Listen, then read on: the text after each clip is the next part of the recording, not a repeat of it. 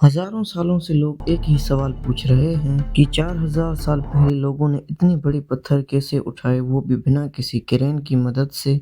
बात सिर्फ उठाने की नहीं, बल्कि कुछ पत्थर तो 180 मील दूर तक ले जाने की थी। मतलब कि एक ट्रक के वजन जितने पत्थरों को 180 मील दूर तक ले जाना। अब असली कहानी आखिर है क्या? चलिए आपको बताने चलते हैं कि 2500 बीसी में, जब ना कोई आयरन टूल्स थे, ना इंजीनियरिंग और ना ही कैलकुलेटर का कोई इस्तेमाल, उन लोगों ने फिर भी 180 मील इतने बड़े पत्थर कैसे ट्रांसफर किए। इसके पीछे कई थ्योरीज हैं, लेकिन एक थ्योरी में ये भी कहा जाता है, रोलिंग थ्योरी, जिसमें पत्थरों को लकड़ियों पर रखकर उसे रोल करके आगे लिया जाता था। मगर जब रिसर्चर्स ने वो एरिया चेक किया तो वहाँ पर बहुत सी गीली मिट्टी और बहुत बड़ी नदियाँ भी पाई गई, जहाँ पर पत्थरों को रोल करके आगे ले जाना बहुत ही नामुमकिन था। मगर दूसरी थ्योरी में 2016 में नीदरलैंड्स में एक एक्सपेरिमेंट किया गया, जिसकी वजह से जाहिर हुआ कि रेत पर पानी डालने से फ्रिक्शन कम होती है, इतनी हद तक कम कि 50% तक।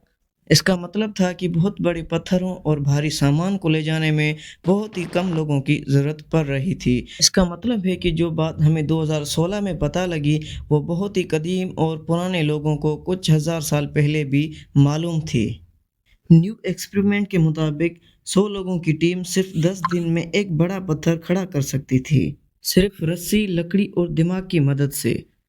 पर न्यू रिसर्च ये भी कहती है कि दूसरी तरफ स्टोनहेंज जो है सिर्फ रेकुलस के लिए नहीं था। ये एक छुपी हुई रोड है जो सूरज के ठीक सामने एलाइड है, यानी वो सूरज जो गर्मी के सबसे लंबे दिन और सर्दियों के सबसे छोटे दिन। इसका मतलब कि हर पत्थर की एक खास वजह थी, एक खास मतलब था।